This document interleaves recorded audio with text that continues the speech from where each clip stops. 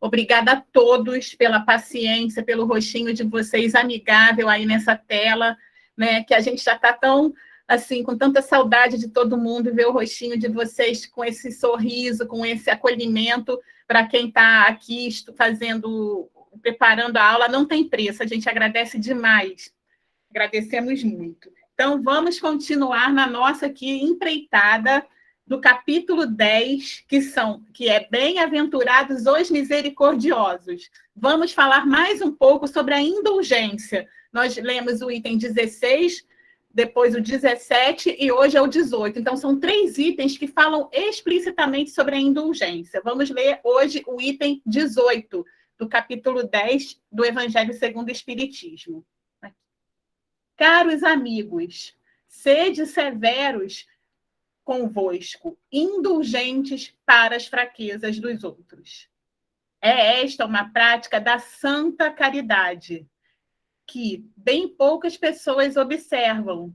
Todos vós tendem maus pendores a vencer, defeitos a corrigir, hábitos a modificar. Todos tendem um fardo mais ou menos pesado a alijar, para poder desgalgar o cume da montanha do progresso. Por que, então, haveis de mostrar-vos tão clarividentes com relação ao próximo e tão cegos com relação a vós mesmos?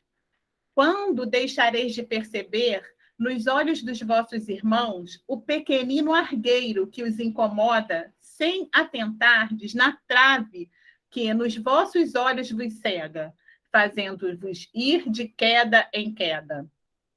Crede nos vossos irmãos os espíritos. Todo homem bastante orgulhoso para se julgar superior em virtude e mérito aos seus irmãos encarnados é insensato e culpado. Deus o castigará no dia da sua justiça. O verdadeiro caráter da caridade é a modéstia e a humildade, que consiste em ver cada um apenas superficialmente os defeitos de outrem e esforçar-se por fazer que prevaleça o que há nele de bom e virtuoso. Porquanto, embora o coração humano seja um abismo de corrupção, sempre há, em algumas das suas dobras mais ocultas, o germe de bons sentimentos, centelha vivaz da essência espiritual. Espiritismo, doutrina consoladora e bendita, felizes do que te conhecem e tiram proveito dos salutares ensinamentos dos Espíritos do Senhor. Para esses, iluminado está o caminho ao longo do qual podem ler essas palavras que lhes indicam o meio de chegarem ao termo da jornada. Caridade prática, caridade do coração, caridade para com o próximo como para si mesmo. Numa palavra, caridades para com todos e amor a Deus acima de todas as coisas. Porque o amor a Deus resume todos os outros deveres e porque impossível é amar realmente a Deus sem praticar a caridade, da qual fez ele uma lei para todas as criaturas. Do Fetre, bispo de Nevers, em Bordeaux.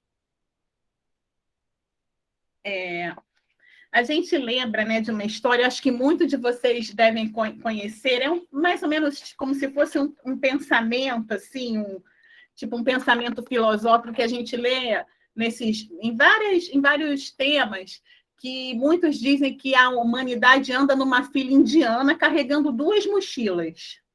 A mochila na frente, a gente coloca as nossas virtudes, as nossas qualidades, os nossos pontos fracos. E na mochila de trás, a gente coloca os nossos defeitos, as nossas fraquezas, as nossas dificuldades de lidar com a vida, né? Os nossos defeitos, nossos problemas morais. Como a gente está andando em fila indiana, o que a gente faz? A gente olha aqui, só vamos ver coisas boas. E a gente está olhando lá, de rabo de olho, espichando o olho, para olhar a mochila do nosso irmão que está na nossa frente. Mas e vamos ver o quê? Os defeitos, os problemas. Mas, em contrapartida, aquele que está atrás de nós também vai fazer a mesma coisa. E assim por diante.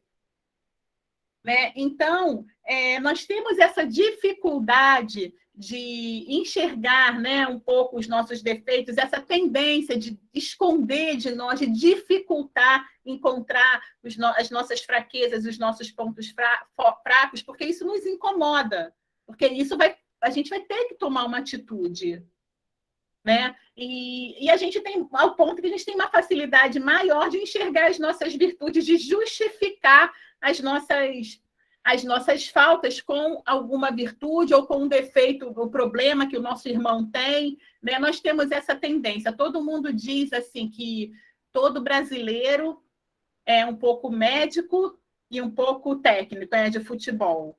E agora, às vezes, os técnicos de informática também estão falando, e também é técnico de informática, que todo mundo agora é metido a saber de computador. Né? E agora também os químicos, todo mundo é químico, que tem uma receita que mata todos os vírus, até o vírus da Covid, enfim. E agora, às vezes, a gente também diz que a gente também é um pouco advogado, né? Nós somos advogados de nós mesmos. Né? A gente tem essa tendência a advogar a nosso favor, mas às vezes usando um subterfúgio ou outro. Né? Então, como a gente tem essa filosofia, esse pensamento, enfim, de que a humanidade anda dessa forma, a gente é uma metáfora, a gente acaba entendendo um pouquinho o que possa vir a acontecer. Né? Então, já que a gente está andando, né, nessa fila indiana, o nosso orgulho impede que a gente veja a trave no nosso olhar, no nosso olho.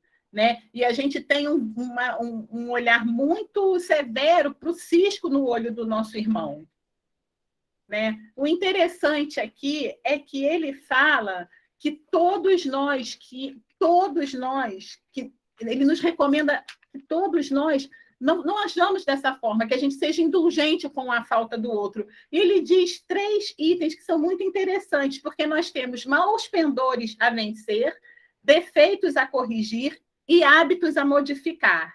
É engraçado que ele vai num crescente, né? Porque se a gente for procurar, né, o significado assim, de tendência, pendor, é uma predisposição. Né? Ele diz maus pendores. Né? Nós podemos ter um pendor para algo bom, mas um pendor também para algo ruim. Né? Quando a gente vai, por exemplo, num médico, né, quando ele faz aquela anamnese mais detalhada, ele pode detectar uma tendência nossa a desenvolver um certo tipo de doença. Não é? E o que ele vai falar para a gente? Olha, para pessoas que não têm essa tendência, a gente recomenda que faça esse exame, enfim, que volte aqui uma vez no ano. Mas para quem já tem um problema, um histórico familiar, ou esse tipo de característica que você tem, seja mais o quê? Vigilante. Venha com mais frequência aqui, para que a gente possa observar melhor se vai evoluir para a doença e se não vai, e se evoluir a gente começa a tratar no início, não é? Então, na parte moral, a gente também deve manter essa vigilância conosco mesmo. Poxa, se eu tenho tendência de ver defeito em tudo, vamos supor, se eu cresci nesse ambiente, ou se desde pequenininha eu olhava e só via a parte ruim do coleguinha, se eu já tenho essa tendência, para que eu vou ficar me juntando, por exemplo, numa rodinha de fofoca? Para que eu vou ficar incentivando esse pendor? Né? É a vigilância, uma vigilância ativa, é a gente vigiar, se observar, poxa, o que eu estou fazendo? Né? Mais para frente ele diz, defeitos a corrigir, né? Erros a corrigir. O defeito é uma imperfeição, né? Que já está assim, instalado em nós, né? E todos nós temos. Ninguém está imune a isso, ninguém está impune a isso. Né? Então, se eu cometi um erro, que eu volte lá, e não que eu justifique o erro com a atitude do meu irmão, que eu volte lá e que eu corrija. Né? A gente faz assim na nossa aparência, muitos de nós, às vezes, se tem algum problema que nos incomoda muito, a gente procura corrigir, às vezes passa uma maquiagem, quem pode, que se está incomodando muito, procura assim, até um cirurgião plástico, e ninguém tem problema quanto a isso. Né? Quem pode, quem tem alguma condição, ou às vezes, se a gente sabe de alguém que vai fazer, a gente incentiva, isso é bom para a sua autoestima, que legal, né? E conosco, com os nossos defeitos morais, com os nossos vícios, com os nossos problemas, como nós devemos agir? né? É praticar aquele exercício de nos melhorar, através de nós nos observarmos, através da ajuda da oração, orai e vigiai, né? E mais para frente ele diz o quê? Hábitos a modificar, né? Hábitos é algo que já se instalou, né? Que já está conosco, né? Que já se instala. Né? A gente é curioso, eu vi uma vez uma veterinária conversando e ela estava falando sobre um gatinho.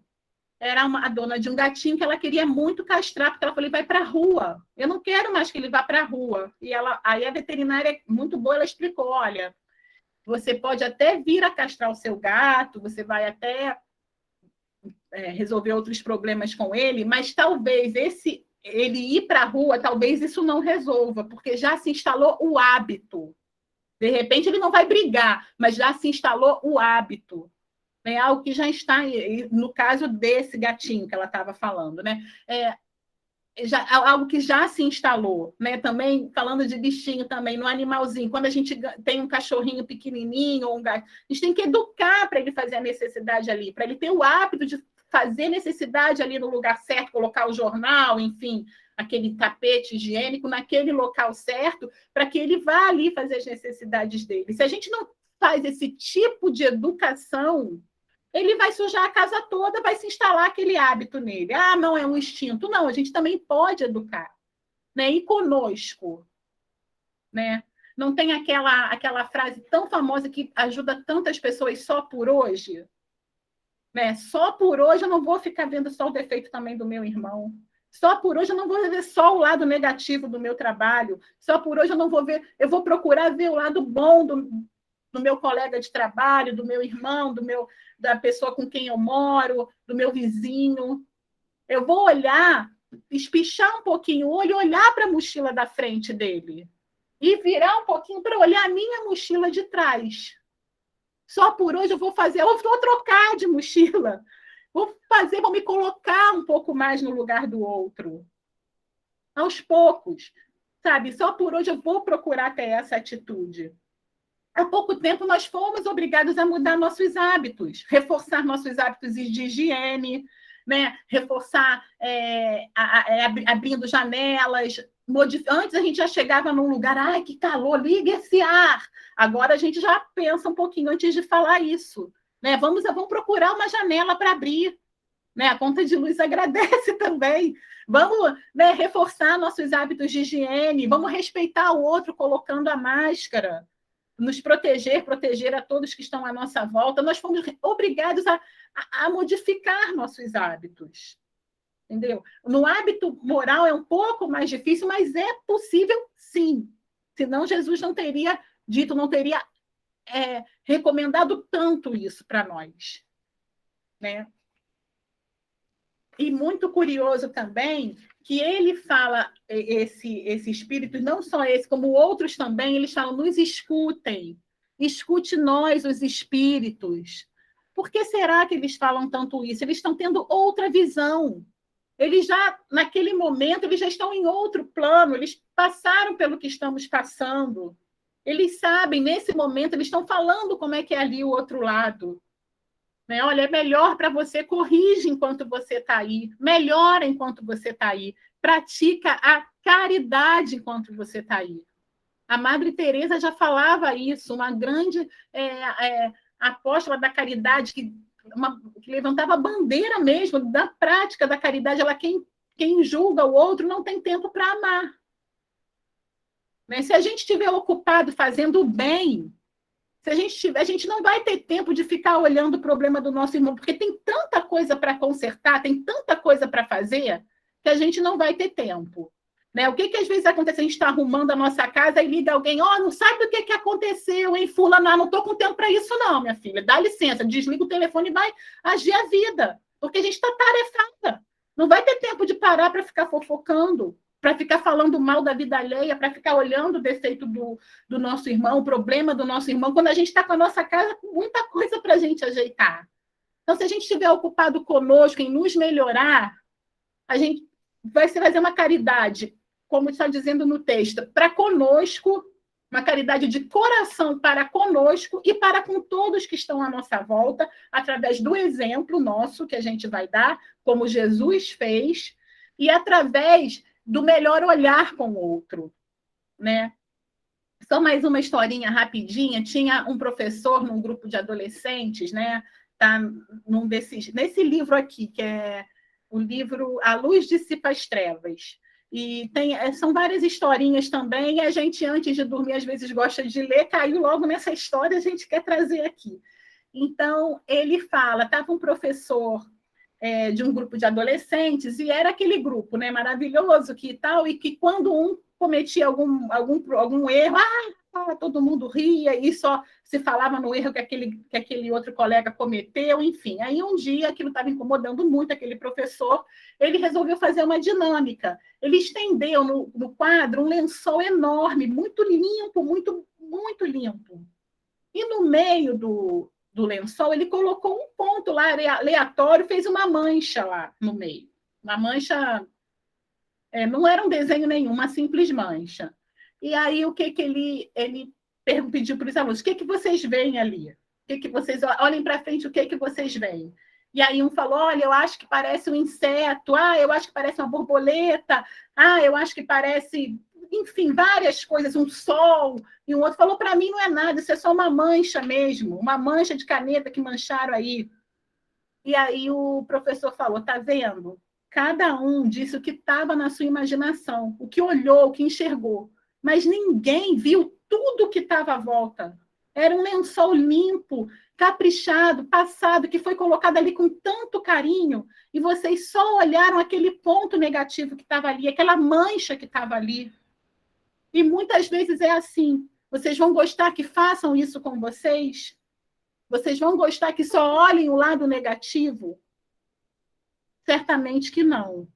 Essa dinâmica, segundo diz o texto, resolveu muito. A partir dali, os alunos começaram a refletir mais, a se colocar mais no lugar do outro. Né? Então, gente, o que faz cair, o que faz impedir de ver a trave no nosso olho e crescer tanto o cisco no olho do nosso irmão, a gente já sabe que é o nosso orgulho, que é a nossa vaidade, que é o nosso egoísmo, que é a chaga da humanidade, não tem jeito, é a chaga que todo mundo tem. Né? Então, a gente percebendo isso, qual é a salvação? É a caridade. É a caridade para com o outro. Se a gente ainda tiver uma dificuldade muito grande de olhar as virtudes, né, do nosso irmão, se a gente estiver com aquilo muito dentro de nós, vamos fazer qualquer bem que tiver à nossa frente. Vamos praticar a caridade, porque isso vai ajudar. Isso vai ajudar, os bons espíritos vão nos ajudar. Nós temos sempre que lembrar que Jesus está no leme e que Jesus nos prometeu que ninguém ia se perder, gente, que ninguém ia se perder, que Jesus só via o lado bom em cada um, a começar, mais uma vez, falando pelos discípulos, que não eram perfeitos, a começar pela mulher adúltera, que no início desse capítulo nós lemos, e que ele sabe entender. Então, Jesus nos entende também, mas ele também entende o nosso irmão. E ele espera que nós, que estamos lendo um pouquinho mais, que estamos nos esforçando um pouquinho mais, que a gente o ajude.